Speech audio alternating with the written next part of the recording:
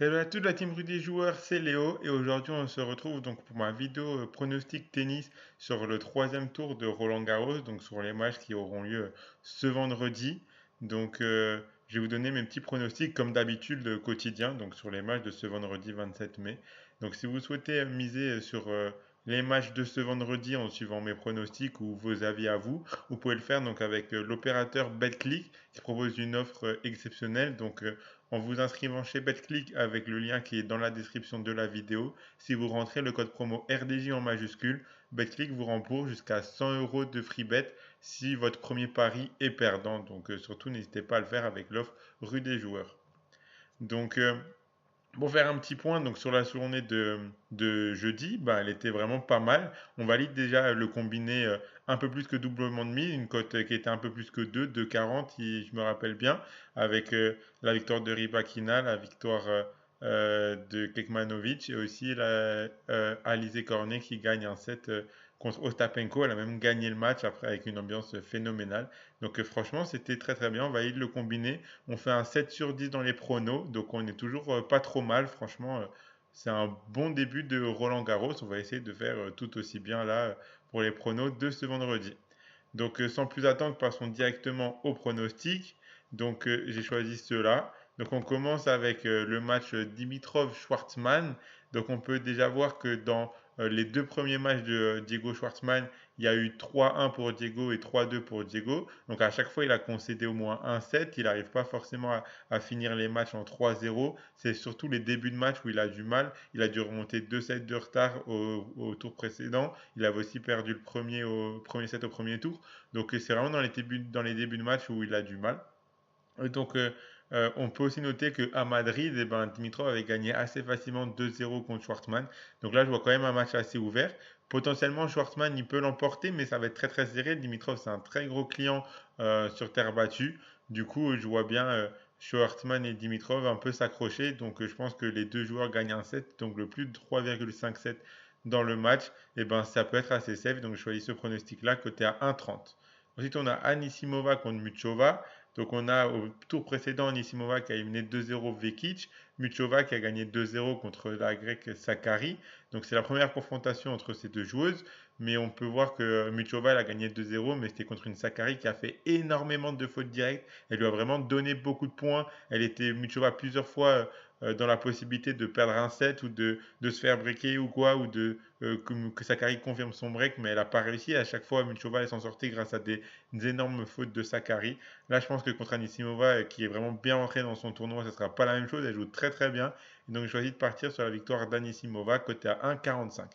Ensuite, on a Kerber contre Sasnovic. Donc, Kerber, au tour précédent, elle a éliminé Jacquemot 2-0, donc la française. Et Sasnovic, pardon, a gagné 2-1 contre Raducanu.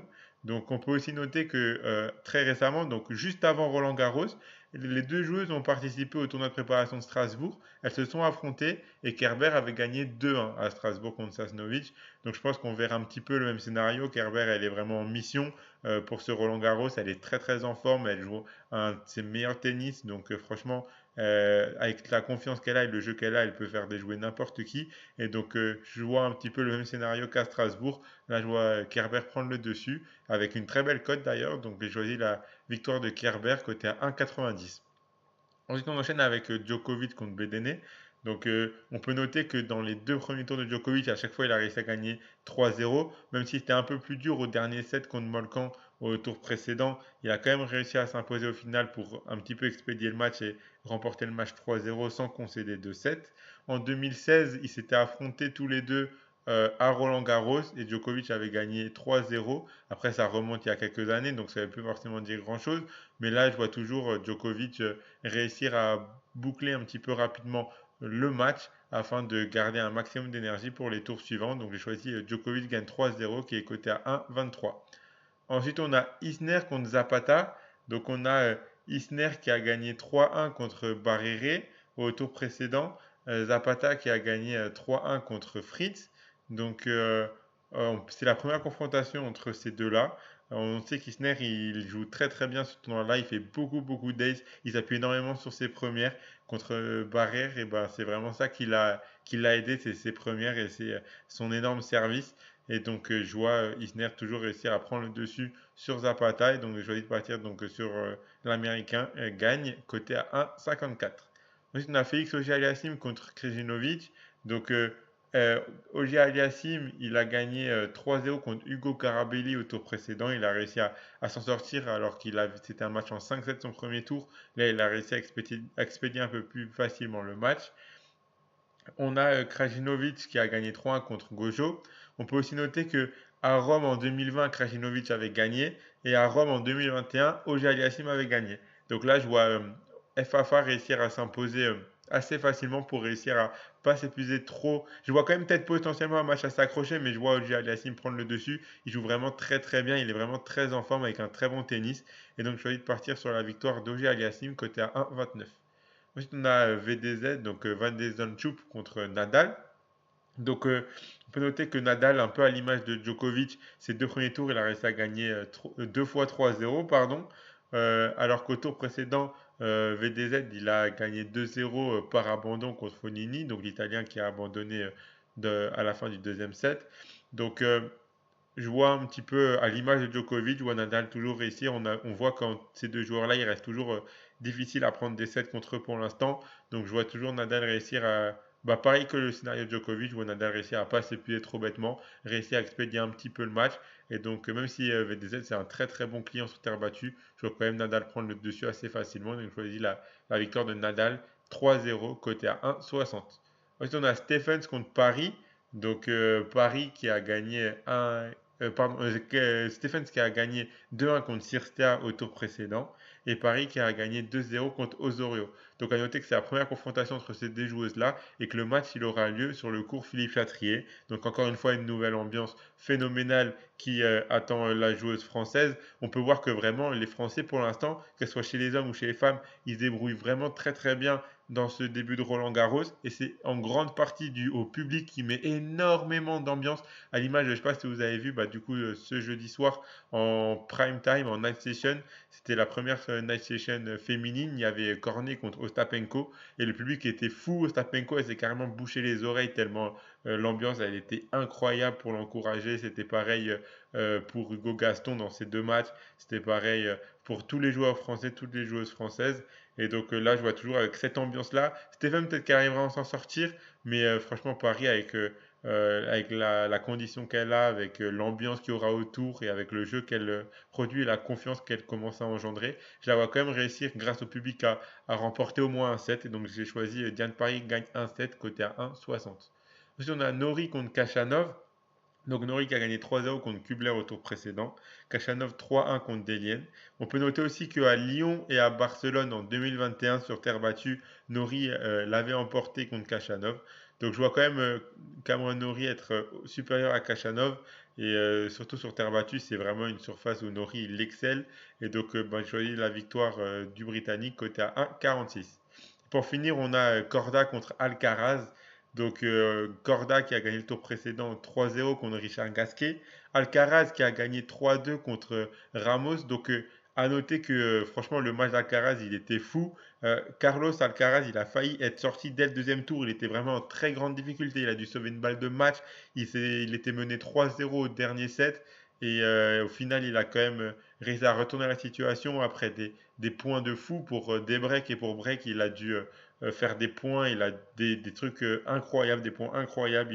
Il a parcouru le cours en largeur à une vitesse folle. Donc cette victoire, je pense qu'elle va pas mal forger parce que la principale question d'Alcaraz qu'on avait tous un petit peu, c'était de voir comment il va se débrouiller sur des matchs en 3-7 gagnants. On a vu que là, bah, ça pouvait être un petit peu plus compliqué pour lui. Il a quand même réussi à s'en sortir avec du caractère et donc ça va lui apporter énormément de confiance, je pense. À noter aussi que à Monte Carlo, donc il y a quelques mois, Cordal avait emporté 2-1. Mais si on se rappelle bien, il y avait énormément de vent et ça avait énormément gêné et Alcaraz et ça l'avait pas mal énervé, donc il avait un petit peu lâché le match. Et donc je pense que là, ce ne sera pas du tout la même chose. Il a aussi du coup cette revanche de Monte Carlo à prendre qui lui trottera dans la tête forcément. Et donc je vois quand même Alcaraz pas faire la même erreur et directement tout donner pour pas se faire une nouvelle frayeur et être à deux doigts de l'élimination. Donc j'ai choisi la victoire d'Alcaraz de 2 sets d'écart. Donc soit il gagne 3-0, soit 3-1, côté à 1,35.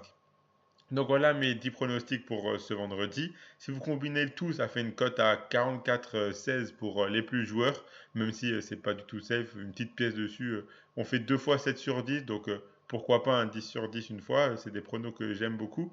Mais sinon, si vous voulez un combiné un peu plus safe, et ben, je vous ai sorti un ticket. Cette fois-ci, je vous propose un combiné un peu plus à 3 pour faire un triplement de mise, parce que c'est vraiment 3 pronostics que je sens hyper bien. Donc j'ai choisi de garder la victoire d'Anisimova contre Muchova, la victoire de Kerber contre Sasnovic, que vraiment je sens très très bien, et la victoire d'Auger Aliassime contre Krajinovic. Donc ces trois pronostics combinés, ça fait une cote à 3,55. Donc si vous mettez vos 100 euros de BetClick sur ce combiné, si ces trois joueurs font le taf et remportent leur match, vous remporterez 355 euros. Et si ce n'est pas le cas, et ben BetClick vous remboursera 100 euros de free bet et vous pourrez continuer à jouer. Donc pour profiter de cette offre, il faut juste s'inscrire dans le lien qui est dans la description et rentrer le code promo RDJ en majuscule. Donc voilà, c'était Léo. N'hésitez pas à donner vos pronostics pour ce vendredi dans les commentaires. Si la vidéo vous a plu, n'hésitez pas à mettre un pouce bleu, à vous abonner à la chaîne Rue des Joueurs. Là, pour ce Roland Garros, on va vraiment le couvrir à fond. Tous les jours, une vidéo prono sur les matchs du jour. Donc surtout, n'hésitez pas à mettre un pouce bleu. Ça fait énormément plaisir parce que c'est énormément de travail de couvrir tous les matchs, sachant que la carte, on l'a un petit peu que la veille, quoi. Donc c'est un peu plus compliqué. Mais donc voilà, c'était Léo et on se retrouvera ben, du coup pour les pronostics de demain. Il y aura aussi la Formule 1 qui arrive. Donc surtout soyez à l'affût ce week-end, une vidéo Coupe du Monde comme d'habitude. Allez, à la prochaine. Ciao tout le monde!